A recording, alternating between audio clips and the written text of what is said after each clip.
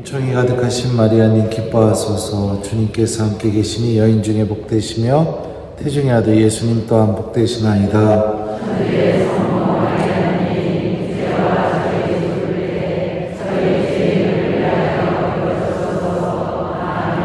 성부와 성자와 성령의 이름으로. 안녕하세요, 김재덕입니다. 반갑습니다.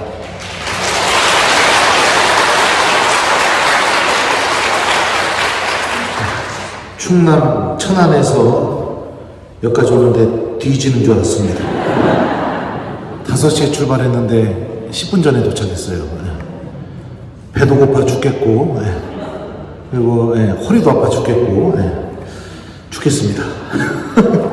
그래도 성모님께서 저를 이곳에 보낸 이유가 분명히 있을 거라고 생각합니다. 저는 신부님 된 지는 16년 차 신부예요. 그리고 사제 생활 중에 8년 정도는 외국에서 로마에서 성경 공부하고, 그리고 이렇게 한국에 들어온 지는 5년밖에 안 됐습니다. 그래서 제가 사제로 한국에서 산 시간보다 아직까지는 외국에서 사는 시간이 더 많아요. 그래서 제가 한국어가 좀 서툽니다. 그러니까 잘 못 알아들으시더라도 좀 너그럽게 이해해 주셨으면 좋겠습니다. 지금은 천안 원성동 성당 주임 신부로 있고, 대전 가톨릭대학교랑 수원 가톨릭대학교에서 우리 학사님들 성경 가르치고 있습니다. 그리고 우리 대전교구에서는 지속적인 성체조배 지도신부로도 있고, 그리고 청년성서 강사신부로도 이렇게 활동하고 있습니다. 이게 맡겨진 일이 많아가지고 힘들어 뒤질 것 같습니다. 그리고 제가 머리가 되게 나쁜 사람이에요. 유학 갔다 왔다고 해서 똑똑하지가 않습니다.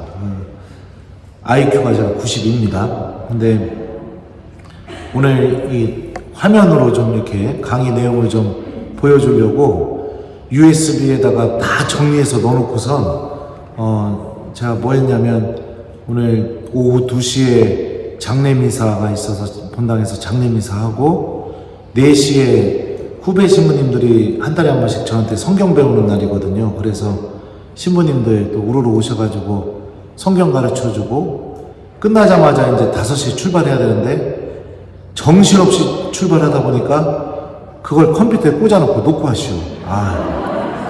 그래서 못 보시더라도 뭐 그냥 이해해 주세요. 뭐 어떻게 방법이 없잖아요, 그죠? 제가 이렇게 칠칠 맞습니다. 그래요. 자, 성모 신심은 강요할 수도 없고 갖고 싶어도 생기는 게 아닙니다.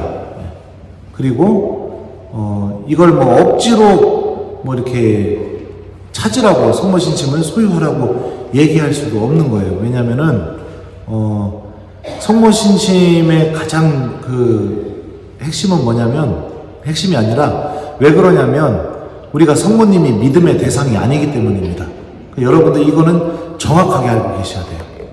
성모님은 하느님도 아니고 믿음의 대상도 아니에요. 그죠? 근데 이 성모 신심을 자칫 너무 강조하다 보면은 마치 성모님이 또 다른 하느님처럼 그렇게 신자들이, 우리 교우들이 오해할 수 있게 됩니다. 그런데 하느님의 구원의 신비를 자꾸 묵상하고, 또 내가 그 구원의 신비를 공부하고, 그 구원의 신비 안에 담겨져 있는 하느님의 뜻을 내가 자꾸 묵상하다 보면 성모님을 통해서 드러나는 하느님의 신비를 사랑할 수밖에 없습니다. 그러니까 성모 신심은 그렇게 해서 우리들 안에 만들어지는 것이지, 성모님이 뭐 성모님한테 기도하면 더 잘 들어준다, 성모님을 통해서 막 다 된다, 그렇게 강조하다 보면 성모님이 마치 하느님처럼 느껴질 때가 있어요. 제가 본당에서 예비자결이 하다가 마지막에 세례 주기 전에 이제 신부님들이 검사를 하잖아요. 그죠? 기도문도 외웠는지 안 외웠는지 검사하고 교리 내용도 물어보고. 근데 제가 한 교우에게 이렇게 물어봤어요. 하느님은 삼위일체 하느님이시죠? 그러니까 예 이러더라고요. 그래서 그러면 삼위일체 하느님에 대해서 좀 설명 좀 한번 해주실래요? 삼위일체 하느님 어떤 분이시죠? 그랬더니 그 예비자가 세례받기 직전에 아주 당당하게 지금 단어가 잘 생각이 안 나요. 아주 그냥 힘차게 저한테 이렇게 얘기하더라고요. 성부, 성자, 성모요. 네. 그렇게 이야기를 하시더라고요. 그래서 제가 그러시면 큰일 난다고 이렇게 말씀을 드렸던 적이 있습니다. 성경에 나타나는 이 성모님의 모습을 여러분들 한번 잘 묵상하고 싶어서 저희 이번에 카나의 혼인잔치 이야기를 갖고 여러분들과 성모님에 대해서 좀 이렇게 얘기를 해보려고 준비해 왔습니다. 카나의 혼인잔치 이 성경 말씀을 좀 읽어드릴게요. 사흘째 되는 날 갈릴레아 카나에서 혼인잔치가 있었는데 예수님의 어머니도 거기에 계셨다. 예수님도 제자들과 함께 그 혼인잔치에 초대를 받으셨다. 그런데 포도주가 떨어지자 예수님의 어머니가 예수님께 포도주가 없구나 하였다. 예수님께서 어머니에게 말씀하셨다. 여인이시여, 저에게 무엇을 바라십니까? 아직 저의 때가 오지 않았습니다. 그분의 어머니는 일꾼들에게 무엇이든지 그가 시키는 대로 하여라 하고 말하였다. 거기에는 유다인들의 정결례에 쓰는 돌로 된 물독 6개가 놓여 있었는데 모두 두세 동이들이었다. 예수님께서 일꾼들에게 물독에 물을 채워라 하고 말씀하셨다.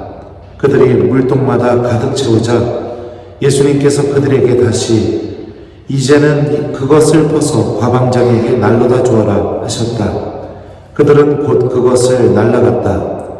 과방장은 포도주가 된 물을 맛보고 그것이 어디에서 났는지 알지 못하였지만 물을 퍼간 일꾼들은 알고 있었다. 그래서 과방장이 신랑을 불러 그에게 말하였다. 누구든지 먼저 좋은 포도주를 내놓고 손님들이 취하면 그보다 못한 것을 내놓는데 지금까지 좋은 포도주를 남겨두셨군요.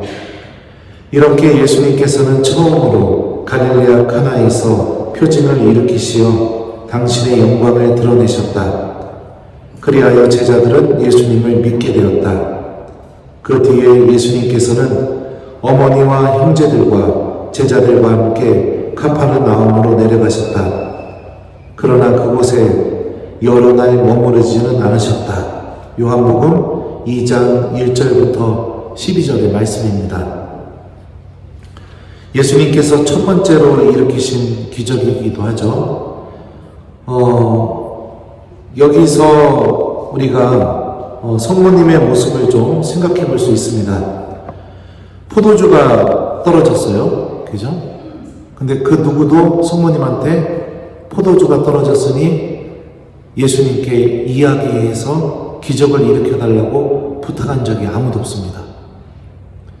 참고로 이 요한복음 2장 3절 옛날 공동번역에는 어떻게 번역이 되어 있냐면 술이 없구나 이렇게 번역이 됐었어요. 그래서 제가 신학생 때 대전신학교 축제 주제성구 공모를 할 때 요한복음 2장 3절을 써서 냈었습니다. 얘야 술이 없구나. 이거 웃긴 얘기인데 뭐 이해를 못 하셨네요. 그래서 불려가서 뒤지게 혼났어요. 축제 주제성구가 술이 없구나가 뭐냐고. 교수님한테. 제 이 개그 코드가 충청도에서는 통하는데 인천에서는 안 통합니다. 아무튼 아무도 성모님께 청한 적이 없어요. 근데 성모님께서는 그 포도주가 없는 상황을 지켜보시고 그리고 또 그 신랑 신부가 얼마나 난처한 상황에 처할까 그런 것도 좀 헤아리시겠죠? 그래서 성모님이 스스로 예수님에게 가서 이야기를 해줍니다. 얘야, 포도주가 없구나. 그런데 예수님의 반응이 아주 의외의 반응이 나옵니다. 여인이시여, 저에게 무엇을 바라십니까? 아직 저의 때가 오지 않았습니다. 이렇게 말해요. 그런데 이 저에게 무엇을 바라십니까? 이 표현도 그리스 말로 된 성경을 직역하면 이렇게 번역이 돼요. 당신과 제 사이에 무엇이 있습니까? 그러니까 이게 무슨 뜻이냐면 포도주가 떨어진 게 예수님과는 아무 상관이 없는 그런 일이다 라고 이렇게 말씀하십니다.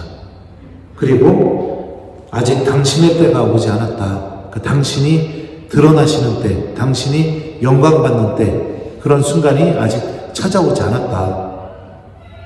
이렇게 예수님은 의외의 반응을 보여주십니다. 그러니까 예수님도 이 술이 떨어진 이 상황에 대해서 특별히 관여하고 싶으신 마음이 없으셨던 거예요. 그런데 성모님은 또 의외의 말씀을 하십니다. 누구에게? 일꾼들에게. 무엇이든지 그가 시키는 대로 하여라 라고 이렇게 일꾼들에게 지시를 내려놔요. 근데 이 말씀도요, 무엇이든지 그가 시키는 대로 해라. 이것도 직역하면 이렇게 번역이 됩니다. 무엇이든지 그분께서 너희에게 말씀하시는 것을 실천하여라. 이렇게 번역이 돼요. 그러니까 일꾼들에게 예수님이 말씀하시는 것을 듣고 그대로 실천하라고 이렇게 얘기를 해놓습니다. 자, 이 성모님이 이 말씀을 하시자 예수님께서 일꾼들에게 말도 안 되는 것을 시키십니다. 물을 퍼서 물독에 넣어. 그 다음에 넣은 다음에 그거 퍼서 술이라고 갖다 줘라. 이렇게 합니다. 말이 안 되죠? 그죠? 네. 물독에다가 물을 퍼서 이렇게 넣은 다음에 그거 퍼가지고 술이라고 갖다 줘라. 여러분들이 일꾼이라고 생각해 보십시오. 그러면 예수님에게 어떤 이야기를 하실까요? 지금 뭐 하시는 겁니까? 이런 얘기 하지 않을까요? 네. 그런데 너무 신기한 게 뭐냐면 일꾼들도 성모님께서 말씀하신 대로 무엇이든지 그분께서 말씀하시는 것을 그대로 실천하는 모습을 보여줍니다. 아무 토를 안 달아요. 그렇게 되자 어떻게 됩니까? 물이 포도주로 바뀌는 기적이 일어나게 되었고, 그 기적을 통해서 제자들이 믿음을 갖게 되는 그런 놀라운 이야기가 이 카나의 혼인잔치의 골자입니다. 성모님께서 이 이야기를 통해서 우리에게 드러나고 있는 성모님의 모습이 무엇이냐면, 우리들을 위해서 중재해주고 계시는 그런 성모님의 모습이 드러나고 있습니다. 내가 굳이 청하지도 않았는데, 근데 당신 스스로가 지켜보시고 난처한 상황에 닥치게 되게 되자, 내가 구원에서 떨어져 나가는 그런 상황이 닥치게 되면 성모님께서는 우리들을 위해서 이 카나의 혼인잔치의 이 모습처럼 예수님께 중재를 해주시고, 우리에게 정말로 필요한 은총이 우리 안에서 맺어질 수 있도록 예수님께 함께 우리를 위해서 이야기를 해주시고 그러신 분이라는 것을 우리가 이 카나의 혼인잔치를 통해서 생각해 볼 수 있죠. 더군다나 이 카나의 혼인잔치에서 기적이 일어나게 되었던 중요한 요인 중에 하나가 뭐냐면 바로 일꾼들의 역할이었습니다. 예수님께서 말씀하시는 그 말씀에 그 어떤 의심도, 그 어떤 반기도 되지 않고 그 말씀을 그대로 실천하는 그 모습이 이 카나의 혼인잔치에서도 보여주고 있죠. 그러니까 성모님은 이미 알고 계셨던 겁니다. 하나님의 은총이 어떤 방법으로 우리 안에서 열매를 맺게 되는지, 그리고 어떻게 그 은총의 힘이 우리 안에서 힘을 드러내게 되는지, 그게 뭐냐? 말씀을 듣고 그대로 실천하는 삶. 이것은 성모님 스스로가 처음에 체험했던 그 신비였습니다. 왜냐하면 가브리엘 천사가 성모님에게 찾아와서 아이를 낳을 거라고 하죠. 그러니까 물을 퍼서 술이라고 갖다 줘라, 이거나 너 이제 아이를 임신하게 될 거야, 그 아이가 구세주야, 이렇게 얘기하는 요구나 제가 볼 때는 논리적으로 별반 차이가 없습니다. 말도 안 되는 거거든요. 근데 그 말도 안 되는 그 상황 앞에서 성모님께서 하셨던 말씀이 뭐냐면, 보십시오, 저는 주님의 종입니다. 말씀하신 대로 저에게 이루어지길 바랍니다. 이렇게 대답을 하셨거든요. 그러니까 하나님의 말씀이 나에게 반드시 이루어지기를 바라는 믿음, 이게 성모님이 갖고 계셨던 믿음이에요. 그리고 성모님은 이 믿음을 통해서 주님께서 놀라운 은총을 드러내신다는 것을 직접 체험했죠. 그러니까 일꾼들에게도 똑같이 말한 겁니다. 근데 말씀이 나에게 이루어지는 이 믿음, 이 믿음이 얼마나 큰 은총이냐? 마테오복음을 보면 여러분들 예수님의 족보가 나옵니다. 아브라함은 이삭을 낳고 이삭은 야곱을 낳고, 기억나시죠? 이거 언제 읽혀지나요? 보통 대림식이 때 읽혀져요. 그 족보에 나오는 인물들을 좀 한번 생각해 봤으면 좋겠어요. 이 아브라함은 믿음의 조상이라고 했지만, 창세기 읽어보신 분들은 알겠지만, 위기가 닥칠 때마다 자기 부인인 사라를 누이라고 속여서 다른 남자한테 줬어요. 몇 번이나? 2번이나. 우리 자매님들 생각해 보세요. 힘든 일이 닥쳤을 때 내 남편이 나를 자기 누이라고 속여서 다른 남자한테 나를 줬다. 1번, 너무 좋아 기뻐주고 환장한다.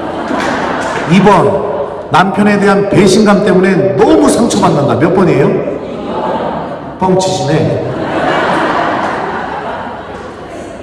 1번이겠죠, 그죠? 그러니까 아브라함은 그런 짓을 몇 번이나 했냐면 2번이나 하신 거예요. 2번이나. 부부의 신이, 서로에 대한 믿음, 사랑, 이런 게 힘든 일 있을 때 언제든지 등 돌릴 수 있는 사람이 아브라함이었습니다.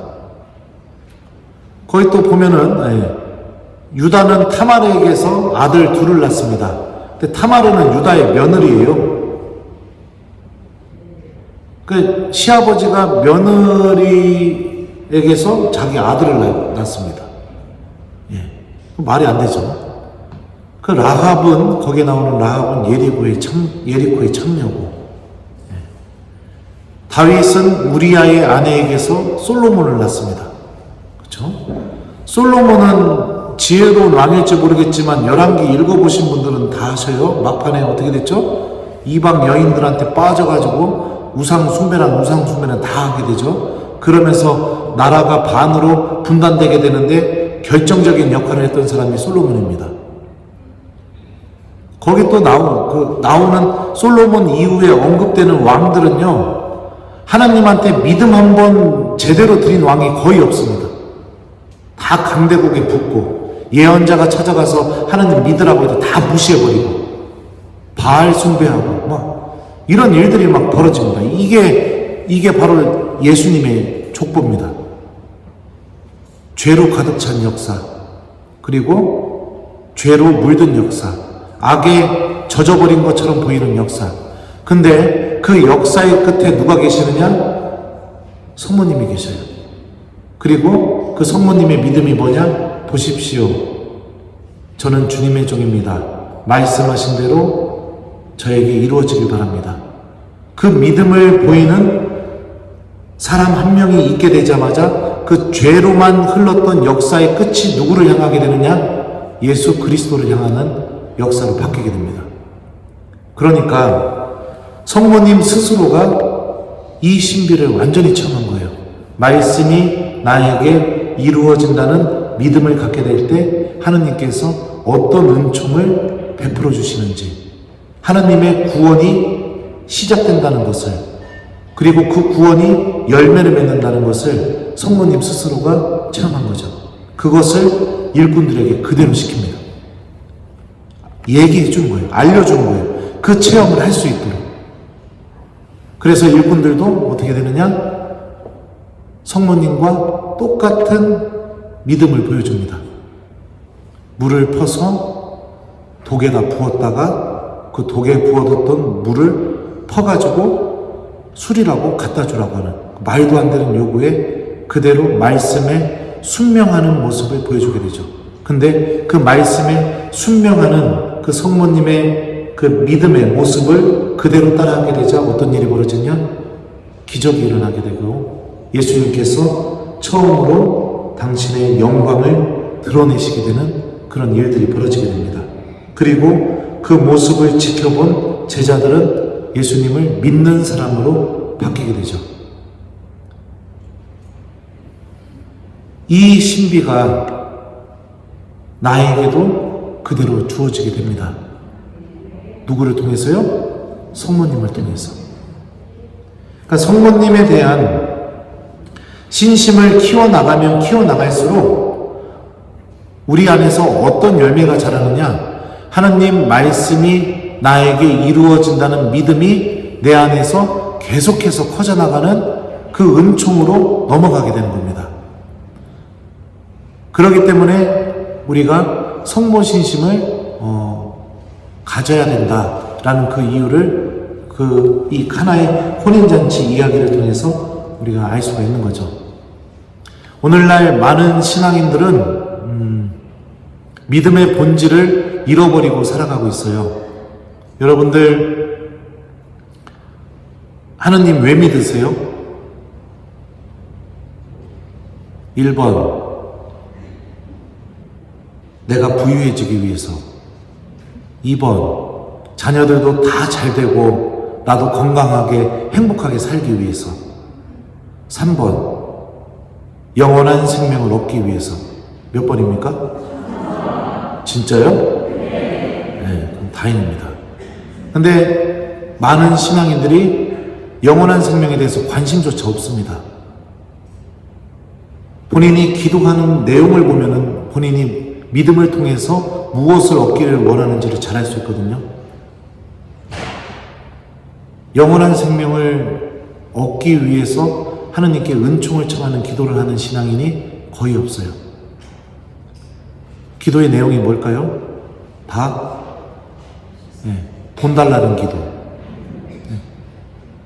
그 다음에 대학 붙게 해달라는 기도, 직장 구하게 해달라는 기도, 심지어 이런 기도도 있어요. 결혼하게 해달라는 기도. 결혼은 누가 하는 겁니까? 본인이 만나야 결혼을 하죠. 근데 결혼해달라는 기도, 사고 안 당하게 해달라는 기도, 건강하게 해달라는 기도, 이런 것만 있습니다. 주님, 제가 영원한 생명을 얻기 위해 고해성사를 사랑하게 해주십시오. 이렇게 기도하는 신앙은 없어요. 주님, 제가 구원받기 위해 하느님의 말씀을 잘 기억할 수 있게 저를 도와주십시오. 이렇게 기도하는 신앙은 없어요. 대부분 그렇습니다. 제가 사목을 해보니까. 머리로는 영원한 생명이라고 알고 있지만 실질적인 내 삶 안에서 믿음은요, 다 내가 원하는 거 채우기 위한 하나의 도구일 뿐입니다. 그게 너무 안타까워요. 세례 받을 때 신부님이 물어봅니다. 여러분은 하느님의 교회에서 무엇을 청합니까? 신앙을 청합니다. 신앙이 여러분에게 무엇을 줍니까? 영원한 생명을 줍니다. 우리는 영원한 생명을 얻기 위해서 하느님을 믿고 있고 이 자리에 앉아 있는 겁니다. 내 삶이 죽음으로 끝나는 게 아니라 죽음이 예수님의 순환과 죽음과 부활을 통해서 하나님을 만나는 첫 번째 관문으로 변화되었다는 것을 우리는 믿고 있기 때문에 이 자리에 앉아 있는 거예요. 그러면 신앙생활은 어떻게 돼야 될까요? 당연히 영원한 생명을 준비하는 삶으로 내가 신앙생활을 살아야겠죠. 근데 영원한 생명을 준비하는 신앙인은 거의 없습니다. 거의 없어요. 다 채우고 부유하고 그렇습니다. 죽음을 맞이하게 되면 하나님은 우리 모두에게 한 가지 이야기를 하실 겁니다. 너희는 내가 굶주렸을 때 먹을 것을 주었고 내가 목말랐을 때 마실 것을 주었으며 내가 나그네였을 때 입을 것을 주었다. 내가 진실로 너희에게 말한다. 이 형제들 중에 가장 작은 이에게 준 게 바로 나에게 준 것이다. 여러분들, 예수님이 우리 모두에게 이 말씀을 하실 건데 믿음을 통해서 이 말씀을 실천하고 있나요?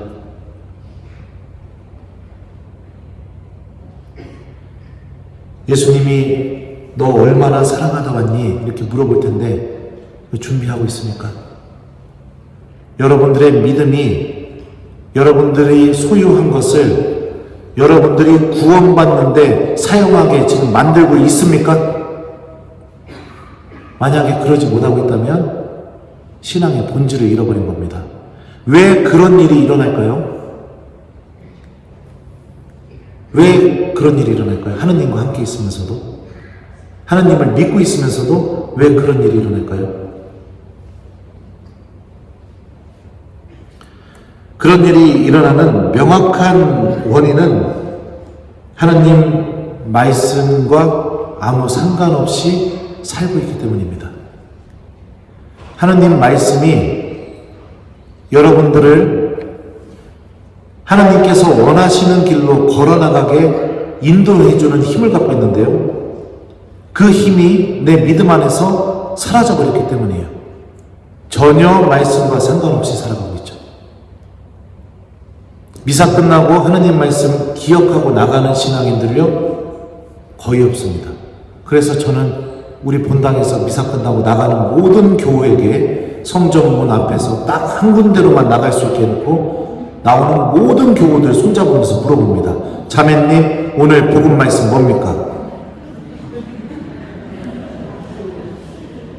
대답 못하면 못 나가요.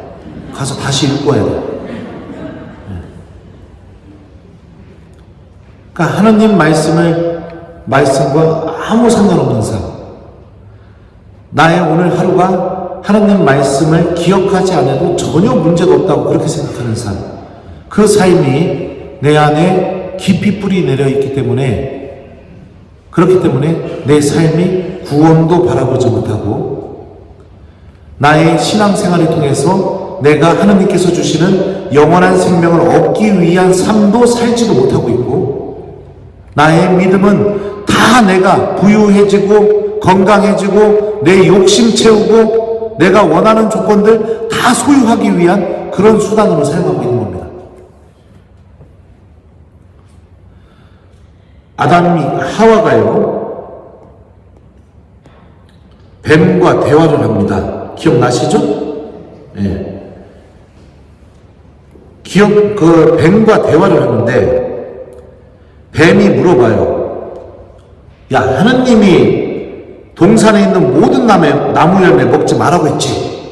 그러니까 하와가 이렇게 얘기합니다. 아니야, 우리 다 먹어도 돼. 근데 저 가운데 있는 것만 먹으면 안 돼. 그러니까 뱀이 이렇게 얘기합니다. 그거 먹어도 안 죽어. 걱정하지 마. 너희가 하느님처럼 되어서 선과 악을 알게 될 줄을 알고 하느님께서 너희에게 먹지 말라고 그렇게 말씀하신 거야. 그렇게 얘기를 하자 하와에게서 놀라운 변화가 일어나게 됩니다. 자, 하와가 뱀에게 선악과를 우리는 먹어서는 안 된다 라고 이렇게 이야기했던 이유가 뭘까요? 하와가 뱀에게 우리는 동산에 있는 나무 다 먹어도 돼. 근데 저 선악과만큼은 먹으면 안 돼. 그 이야기를 했던 이유가 뭘까요? 하와의 머릿속에 뭐가 있을까요? 몰라요? 하나님의 말씀이 있었겠죠. 하나님이 먹지 말라고 했으니까. 하나님이 먹지 말라고 한 말씀이 하와의 머릿속에 있었으니까 선악과는 당연히 먹지 않아도 되는 과일, 먹으려는 마음조차 생기지 않는 과일이라고 생각했을 겁니다. 왜요? 하나님 말씀이 하와의 머릿속에 있었으니까. 근데 뱀과의 대화를 통해서 하와에게 놀라운 변화가 일어납니다. 제가 읽어줄게요. 여자가 쳐다보니 그 나무 열매는 먹음직하고 소담스러워 보였다. 그뿐만 아니라 그것은 슬기롭게 해줄 것처럼 탐스러웠다. 그래서 여자가 열매 하나를 따서 먹고 자기와 함께 있는 남편에게도 주자 그것을 먹었다. 이렇게 되어 있습니다. 자, 그러면은 하와가 여기서 하와에게 일어난 변화가 뭘까요? 생각이 바뀌었죠? 선악과에 대한, 그죠? 자, 첫 번째, 하나님의 말씀이 머릿속에 있으니까 선악과는 먹어서는 안 되는 과일, 이렇게 생각을 했는데요. 뱀과 대화를 하고 나니까 선악과를 보니까 슬기롭게 해줄 것 같고 탐스럽고 먹음직스럽고 소담스럽고 이렇게 선악과가 보이게 됩니다. 자, 생각이 바뀌었어요. 절대 먹어서는 안 된다. 그 이유는 머릿속에 하나님의 말씀이 있으니까. 근데 이제 먹고 싶다. 사람을 슬기롭게 해줄 것 같다. 자, 그러면 하와의 이 생각이 결정적으로 바뀌게 된 계기, 하와의 머릿속에서 뭐가 사라졌을까요? 하나님의 말씀이 사라졌죠. 그죠? 하나님의 말씀이 사라지게 되니까 생각이 바뀌게 되고, 생각이 바뀌게 되니까 행동이 바뀌게 되었습니다. 악은 이렇게 사람을 지배합니다. 머릿속에 하나님의 말씀이 단 한 단어도 남아있지 않게 만드는 게 악이 간절히 원하는 겁니다. 내 삶이 주님의 말씀이 이루어지는 그 놀라운 신비의 주인공이 되는 것이 아니라 하나님 말씀과 아무 상관없이 살아가는 삶. 그래서 공간복음서에서 모든 마귀들은 예수님을 만나면 똑같이 마테오복음, 마르코복음, 루카복음에 나오는 마귀들은요, 모든 마귀들은 똑같이 예수님한테 이렇게 말합니다. 나자렛 사람 예수님, 당신께서 저희와 무슨 상관이 있습니까? 하나님 말씀이 머릿속에 없으니까 당연히 나의 삶도 하나님과 아무 상관없이 살아가겠죠. 이게 악이 우리를 지배하는 모습입니다. 그러면서 이렇게 얘기해요. 저는 당신이 누구신지 압니다. 당신은 하나님의 거룩하신 분이십니다. 그러니까 머리로는 하나님 계신 거 알고 있고, 영원한 생명도 있다는 거 알고 있고, 구원받으려면 신앙생활 해야 된다는 것도 알고 있고, 하나님께서 나중에 나를 만나게 되시면 너 얼마나 사랑을 실천하다 왔니? 얼마나 네 것을 다른 이에게 주다 왔니? 라는 거 물어볼 것도 다 알고 있습니다. 기도해야 된다는 것도 알고 있고, 고해 성사 봐야 된다는 것도 다 알고 있습니다. 그런데 나의 삶은 하나님과 아무 상관없이 살아갑니다. 아침에 눈 떠서 잠자기 전까지 단 1초도 하나님하고 무엇인가를 함께하는 시간이 없습니다. 이게 악이 우리들을 지배하는 모습입니다. 머리로는 다 알고 있지만 하나님과 아무 상관없이 살게 만드는 것.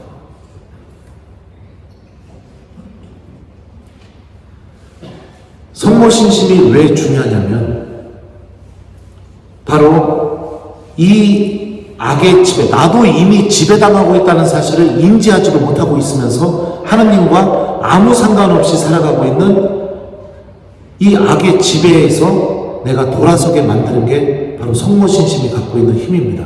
왜냐하면 성모신심의 가장 본질적인 핵심은 바로 말씀이 나에게 이루어진다는 믿음을 소유하게 되는 것이 성모신심이니까요. 그래서 주님의 말씀이 다시 나의 머릿속에 존재하게 되고, 그것으로 인해서 나의 삶이 하느님께서 원하시는 삶으로 원하시게 되는 삶으로 변화되는 그런 삶으로 나아가게 되는 것. 이게 바로 성모신심이 갖고 있는 힘입니다. 그러니까 성모님을 사랑하면 사랑할수록 내 안에서 일어나는 열매가 무엇이냐? 하느님 말씀을 기억하게 되고 그 말씀에 믿음을 두게 되게 되고 그 말씀을 실천하게 되는 그런 열매들이 내 안에 맺어지게 됩니다. 성모님께서 일꾼들에게 예수님의 말씀을 그대로 듣고 실천하라고 인도해 주셨던 것처럼 이게 바로 성모신심이 갖고 있는 힘이죠. 악의 지배를 당하는 신앙인이 되지 않았으면 좋겠습니다.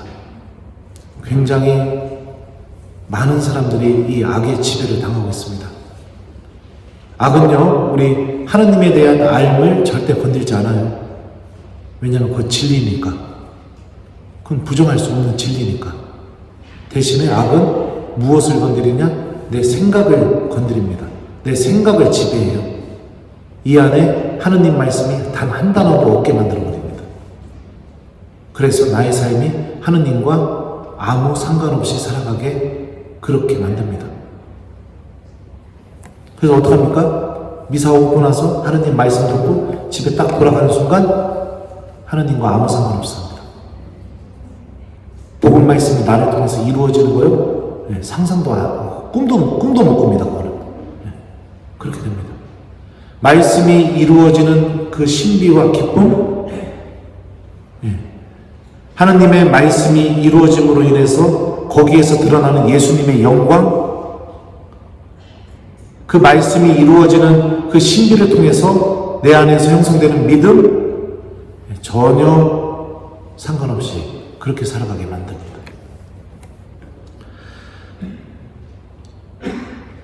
그러니까 이 성모신심을 우리가 가져야 되는 이유 중에 하나가 바로 내가 그런 악의 지배로부터 벗어나기 위해서. 성모님은 우리들을 말씀이신 예수님께로 인도해 주실 수 있는 유일한 분이십니다. 자, 두 번째로 우리가 생각해 봐야 될 게 뭐냐면은 이 카나의 혼인잔치의 이야기에서요, 우리들을 예수님께로 예수님의 은총을 얻을 수 있게 중재해 주고 계시다는 사실입니다. 청하지가 않았는데 정말로 나에게 필요한 하느님의 은총, 하느님의 도움을 내가 얻을 수 있게 도와주시고 또 인도해 주시는 분이 성모님이라는 게 이 카나의 혼인잔치 이야기를 통해서도 드러나고 있죠.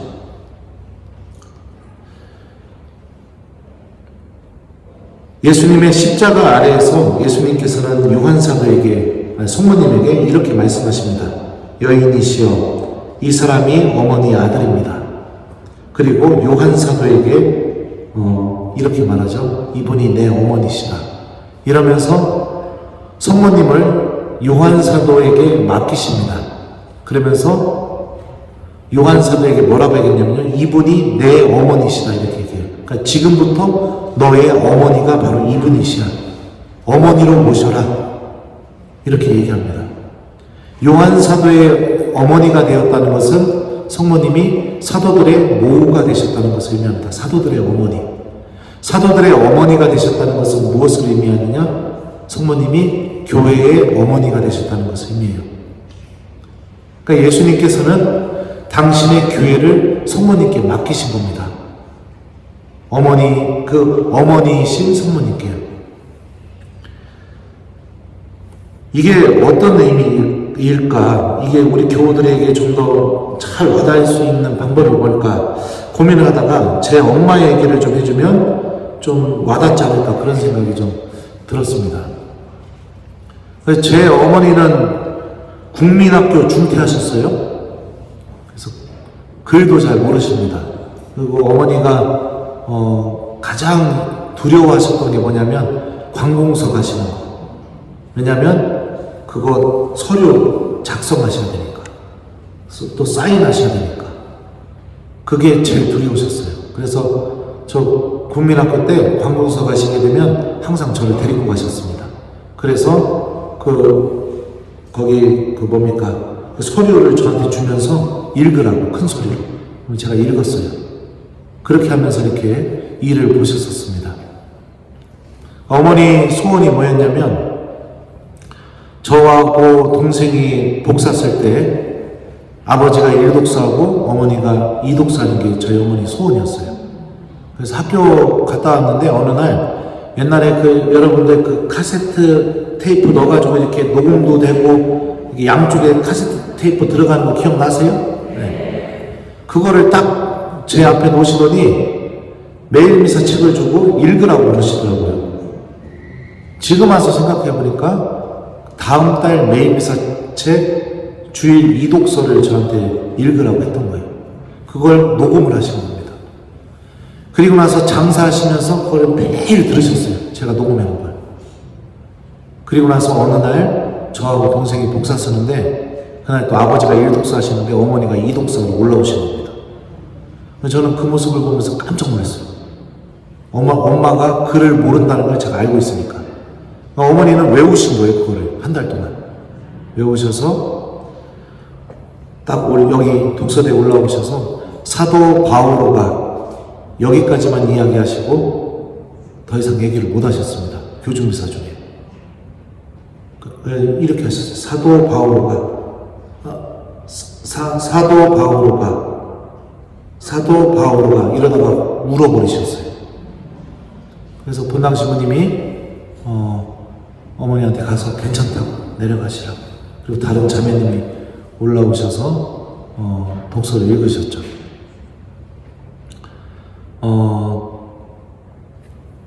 참 저는 하나님한테 원망을 많이 했습니다.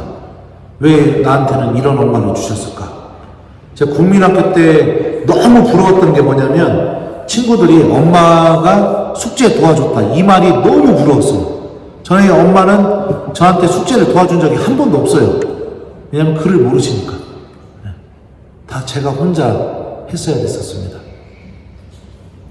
근데 어머니를 통해서 배운 게 하나 있죠. 그게 뭐냐면 바로 하느님입니다. 하느님. 엄마한테 기도하는 법도 배웠고, 엄마한테 신앙을 지키는 법도 배웠고, 엄마한테 하느님 말씀을 사랑하는 법도 배웠고, 다 어머니한테 배웠어요. 학교 안 가는 거는 그럴 수 있다 하지만 저희 집에서는 성당 안 갔다가는 처음 맞았습니다. 처음 맞았어요. 국민학교 2학년인가 3학년 때 옆에 앉은 짝꿍에게 제가 질문을 하나 했었습니다. 뭐라고 질문했냐면, 너도 잠자기 전에 엄마 아빠랑 묵주기도 하는 거 힘들지? 이렇게 물어봤어요. 제가 왜 그랬냐면 단 한 번도 묵주기도를 안 한 적이 없었으니까요. 그때까지 매일 부모님이 아니면 엄마가 저 데리고 기도를 했었으니까. 그러니까 기도하는 법도 다 어머니한테 물려받았어요. 저는. 제가 2010년도에 주교님이 유학을 가라고 이렇게 말씀을 하셨었는데, 그때 당시에 저는 신부님이 제가 2008년도에 신부님이 됐어요. 2008년도에 신부님이 되고 나서 한 달도 안 돼서 저희 아버지가 뇌출혈로 쓰러지셨습니다. 1년 동안 계속 병원에 계셨었어요. 그리고 나서 저는 아버지가 이제 집으로 오신 다음에 어떻게 했냐면 월요일마다 집에 가서 저희 아버지 모시고 목욕탕을 갔습니다. 왜냐면 씻겨줄 사람이 저밖에 없으니까. 그래서 이제 일주일에 한 번씩 집에 가서 오전에 항상 했던 게 아버지 모시고 목욕탕 가서 씻겨드리고, 그리고 나서 이제 해장국 한 그릇 사드리고, 그리고 이렇게 오는 게 저희 일과였어요. 근데 그러다가 갑자기 주교님이 유학을 가라고 그러시더라고요. 제 마음이 어땠을까요? 1번, 너무너무 가고 싶었다. 2번, 아버지에 대한 걱정 때문에 엄청나게 고민을 많이 했다. 몇 번일까요? 맞아요. 제가 그렇게 똑똑한 신부 아니었어요. 저 신학생 때 띨띨했는데, 근데 그런 저에게 유학을 가라고 주교님께서 그런 말씀을 하셨고, 근데 더군다나 상황 자체가 유학을 갈 수 있는 그런 상황이 아니었고, 아버지가 제대로 이렇게, 물론 거동을 하시지만, 그렇게 좀 가정에 일이 있어가지고, 그래서 유학을 안 가려고 했었어요. 그리고, 막 고민을 막 계속 했었거든요. 어머니한테도 물어봤는데, 어머니는 그래도 가라고, 괜찮다고 이렇게 하고. 그러다가, 이제 유학을 가는 날이었습니다. 가는 날이었는데, 공항에서 이제 여기 인천국제공항이요. 여기서 이제 동창 친구들 다 나오고, 저도 이제 인사하고 가려고 하는데, 멀리서 아버지가 이제, 저희 아버지 오른쪽 불편하시거든요. 이러면서 걸어오시는 거예요, 어머니랑. 그 모습을 보니까 막 눈물이 나려고 하는 거예요, 제가. 그래서 일단 갔다가 그냥 한 달만 있다 주교님한테 못한다고 돌아와야지, 막 이런 마음이 생기는 겁니다. 근데 이제 어머니가 들어가는데 수속받는 데 있잖아요. 그 앞에서 봉투를 하나 주시길래 나는 또 돈 주신 줄 알고, 아이 또 엄마 뭘 이런 걸 주고 그래요? 막 이랬더니, 그랬더니 어머니가 비행기 가서 이렇게 열어보라고. 그래갖고선 이제 들어가서 이제 면세점 가서 필요한 거 사고, 이제 비행기 타서 밥도 먹고, 그리고 나서 영화도 보다가, 아 맞아 엄마가 돈 줬지? 하고서 얼마 줬나고 딱 봤더니 편지가 한 통 들어있는 겁니다. 제가 한번 읽어드릴게요. 이거 원래 좀 보여주려고 했는데, 이게 제가 띨띨해가지고 놓고 왔어요. 우리 엄마 편지는요, 모든 문장의 맞춤법이 다 틀립니다. 그게 우리 엄마 편지예요. 왜냐면 글을 잘 모르시니까. 그래도, 그거 좀 보면은 막 자매님들 막 눈물 뚝뚝 흘리시더라고요. 글자가 삐뚤삐뚤하면서 문장이 다 틀리니까. 참미예수님, 사랑하는 내 아들 신부님, 신학교 간 지가 어제 같은데, 신부님이 되신 지도 어제 같은데 벌써 유학을 간다고 합니다. 엄마는 좋으면서도 진정 마음이 아픈 일입니다. 엄마가 잘하지도 못하고 부모 노릇도 못하고, 하지만 이 세상에서 하느님만 빼놓고 제일 신부님을 사랑합니다. 한날 하루도 한 시간도 어겨본 일이 없습니다. 사랑하는 신부님, 하나님께서는 그 많은 신부님들 중에서 우리 김재덕 신부님을 사랑하셔서 하나님 사업을 하기 위하여 더욱더 큰 사람으로 만들기 위하여 공부해서 석사와 박사를 따라고 하나님께 부르심을 받았습니다. 얼마나 소중하고 또한 귀한 일입니까? 내 아들 신부님, 오늘 아침을 먹고 나면 신부님과 헤어져서 신부님은 공부를 해야 되고, 엄마는 집에서 하나님께 기도하면서 아버지를 돌봐주고, 제필이도 돌봐주면서, 제필이는 제 동생이에요. 신부님이 하루빨리 하나님 소명을 마치고 돌아오도록 기도하겠습니다. 이제는 자신과 싸워야만 하는데 하나님께서 돌봐주실 것입니다. 엄마는 신부님을 믿고 꼭 해낼 것이라고 믿고, 다음 만날 때에는 기쁜 마음으로 만나게 될 것이라고 생각합니다. 신부님, 돈도 걱정 말고 집의 일도 걱정 말고 오로지 몸과 건강과 공부에서 모든 사람과 하나님께 기쁨을 주리라고 믿습니다. 엄마는 배우지 못해서 많은 사람들에게 아무 잘못 없이 무시당하고 천대받고 살아왔습니다. 그러나 하나님께서는 엄마를 이렇게 사랑하셔서 훌륭한 신부님을 통하여 엄마가 항상 유한이 되고 힘이 됩니다. 사랑하는 내 아들 신부님, 부디 가서 담배도 조금만 피우고 몸도 건강하게 지키세요. 할 말은 많은데 시간이 없어 줄이겠습니다. 사랑하고 항상 같이 있고 싶은 마음이지만 큰일을 하러 가니 엄마는 좋습니다. 하나님께서도 좋아하실 것입니다. 가서 전화주세요. 2010년 1월 29일 아침 5시에 엄마가. 이 내용이 들어있는데,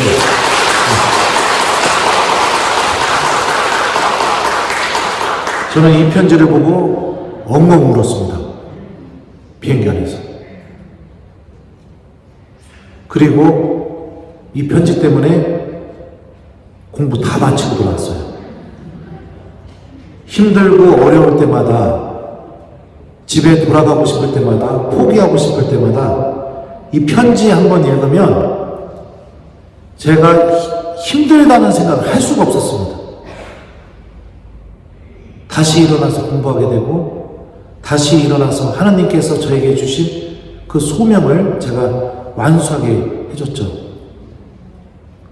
그러니까 어머니는 편지 한 통 준 걸지 모르겠지만 그 편지 한 통을 통해서 제가 유학 간 것이 하나님의 뜻이라는 것, 하나님께서 저를 통해서 무엇인가를 준비하고 계시다는 것, 그리고 하나님께서 저를 그 공부하는 삶으로 불러주셨다는 것, 이런 사실들을 제가 막 느끼게 해준 거죠. 그러니까 이 편지가 공부하는 동안에 절대 제가 무너지지 못하게, 아무리 힘들어도 다시 일어나서 그래 다시 해보자. 제가 박사 논문 쓸 때요, 뭐 좀 그 논문 좀 마음에 안 들게 쓰고 가면은 박사 진호 신부님이 어떻게 하셨냐면 읽다가 종이를 탁 하신 다음에 바닥에다 탁 던져버리셨어요. 그러면서 저한테 하신 말씀이, 미안한데 너 그냥 한국으로 돌아가면 안 되니? 이렇게 얘기했어요.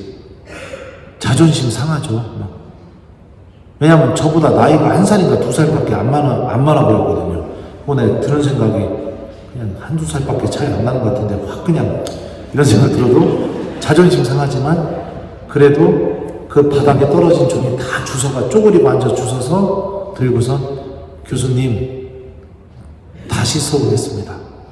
이렇게 했어요. 그렇게 했던 이유도 엄마 편지 때문에.